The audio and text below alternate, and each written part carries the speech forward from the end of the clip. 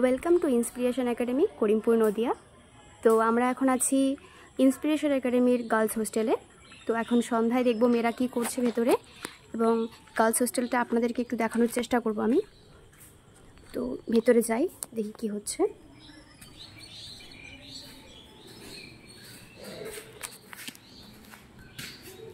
তো এখন উপরে যাব।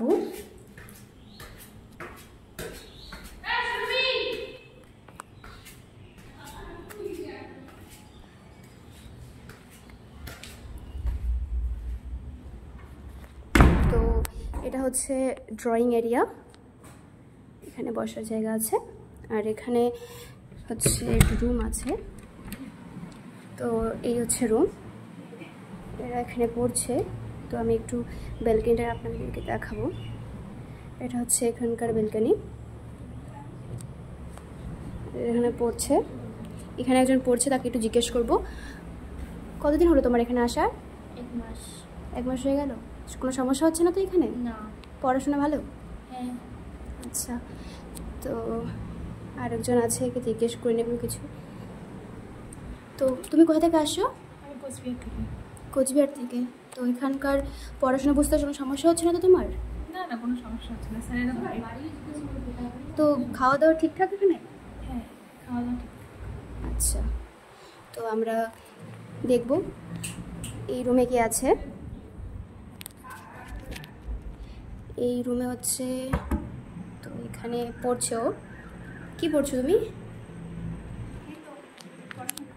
কি পড়ছো? জিআই করছি। জিআই করছো। এখানকার ক্লাস বলতে বুঝতে সমস্যা হচ্ছে না তো তোমার? না। ঠিকঠাক। আচ্ছা, তো এই রুমে আমাদের একজন ম্যাডামও থাকেন।